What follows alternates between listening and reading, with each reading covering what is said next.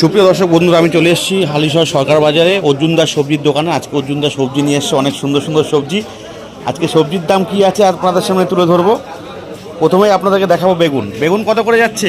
বেগুন 515 টাকা 1 kilo 25। 515, 1 kilo 25, তাই তো? পেয়ারা? পেয়ারা 520। 520।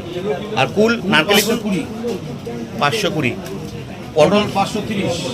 পটল 530। 250। বরবটি 220।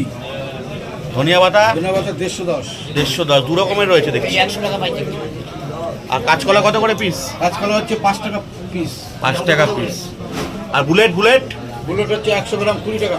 এদিকে তো দেখছি পাট শাক রয়েছে। পাট শাক কত করে আটি? পাট শাক কত করে আটি? 10 টাকা 10 টাকা। 10 টাকা আটি। পাট শাক 10 টাকা আটি বলছে। এরকম ধরনের যদি সবজি আপনাদের প্রয়োজনে চলে আসবেন আপনার কাছে।